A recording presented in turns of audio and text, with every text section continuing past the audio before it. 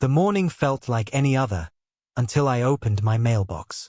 Among the usual bills and flyers sat an envelope stamped with the bold HOA logo. At first, I chuckled.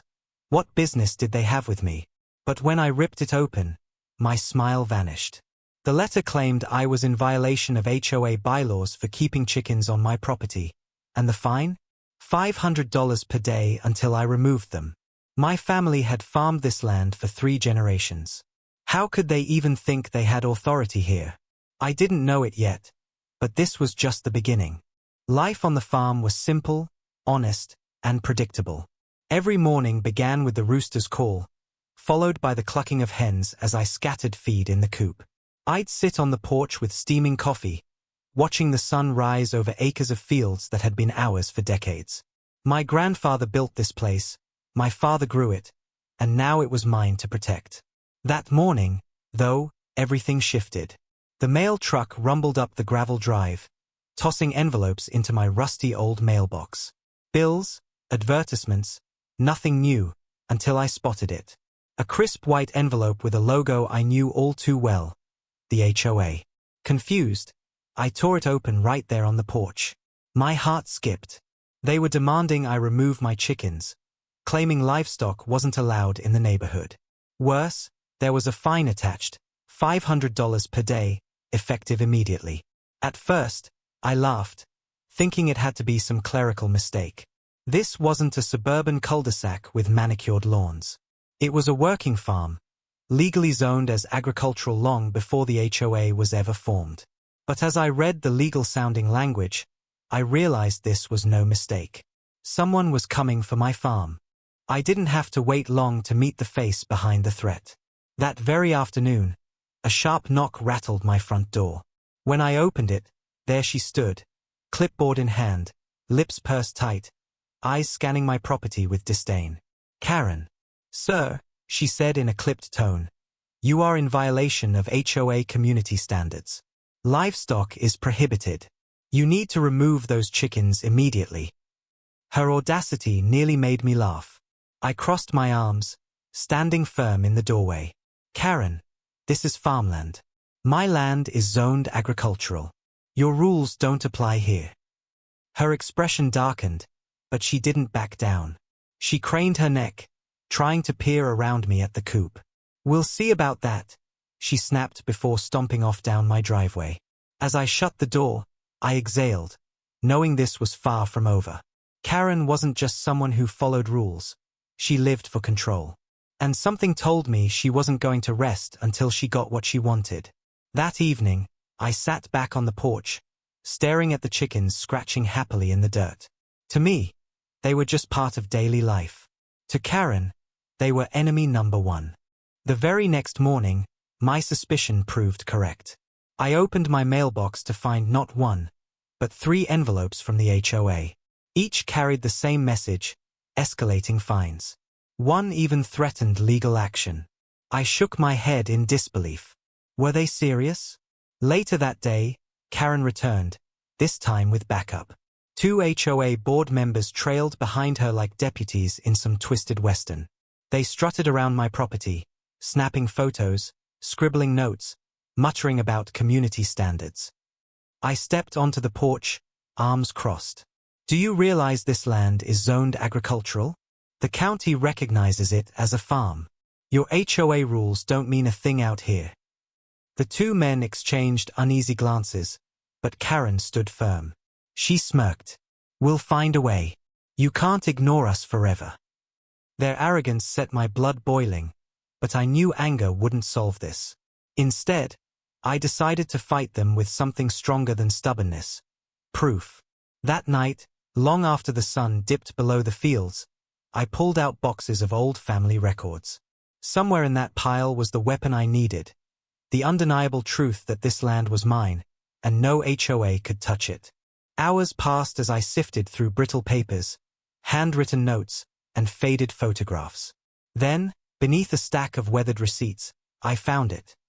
The original land deed, signed by my grandfather decades ago. The words leapt off the page, zoned agricultural. Not only that, but I found county documents reinforcing the classification, stamped and sealed. Ironclad proof. I leaned back, exhausted but relieved. My grandfather's handwriting felt like he was standing beside me, defending the farm even after all these years. I smiled, thinking this would settle the matter once and for all. Tomorrow, I'd present this to the HOA and end the nonsense. But Karen wasn't the type to back down. When you're obsessed with control, proof isn't enough. I learned that the hard way 2 days later, when I noticed a rumbling engine at the edge of my property. Through the window, I saw it. A tow truck idling by the driveway, driver leaning against the door, eyes scanning my yard. My stomach dropped. Could it be? Were they actually trying to confiscate my chicken coop? I grabbed the deed and stormed outside, ready for a showdown that would change everything. The tow truck driver looked uncomfortable, shuffling his boots as I approached. Here to take something? I asked, my voice sharper than I intended. He avoided my eyes. Got a call. Said there was illegal property to be removed. My blood boiled. Illegal property?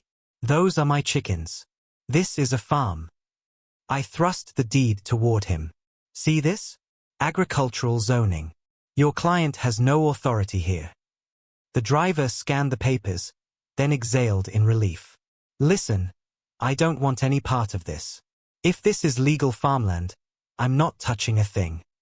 He climbed back into his truck, muttering about lawsuits and crazy neighbors, before driving off. I stood there, heart pounding. Karen had crossed a line. It wasn't about enforcing rules anymore. It was about breaking me, proving she could control my life. But what she didn't realize was the harder she pushed, the stronger my resolve became. That night, I crafted a new plan. If Karen wanted a war, I'd bring the county itself into the fight. She thought she could bend the law to her will. She was about to find out what the law really said. 2 mornings later, Karen returned, storming up my driveway with her usual fury. But this time, I wasn't alone. Standing beside me was a county zoning officer, holding the same documents I had uncovered. Karen launched into her routine, accusations, threats, orders. But the officer raised a hand, silencing her. He said firmly. This property is zoned agricultural. That means the HOA has no jurisdiction here. None. Karen's face flushed crimson. But the community standards. Do not apply, the officer interrupted. This farm predates your HOA. You've overstepped your authority. I watched the fire drain from her eyes as the reality set in. For the first time, Karen was speechless. But inside, I wasn't satisfied. Sure, I'd won this battle. But what about the war? What would stop her from trying again? As Karen stormed off, I turned to the officer. I want to file a formal complaint. She's harassed me, threatened me, and even tried to seize my property. He nodded. We'll make sure this is documented. Karen thought she could bully me into submission. Instead, she had triggered something she never expected: accountability. Weeks later, the results came in. My complaint had forced the county to investigate the HOA's actions. The board, embarrassed and unwilling to face further scrutiny, distanced themselves from Karen. She was stripped of her so-called enforcer role. Neighbors whispered about her downfall, some even thanking me for standing up when they hadn't dared to. Turns out, Karen's power trip had ruffled more feathers than just mine. For me, life returned to normal. The chickens clucked happily in their coop, oblivious to the storm we'd just survived. Each morning, as I sipped my coffee on the porch, I felt a new sense of peace, not just because I had one, but because I had protected my family's legacy. In the end, the HOA thought they could take away my chickens. Instead, they lost their power. I leaned against the porch rail, watching the sunrise over the fields. My grandfather had fought to keep this farm alive. My father had carried it forward. And now, it was my turn. Karen and the HOA had tried to break me. But what they didn't realize is that you can't intimidate a farmer who's standing on the solid ground of truth.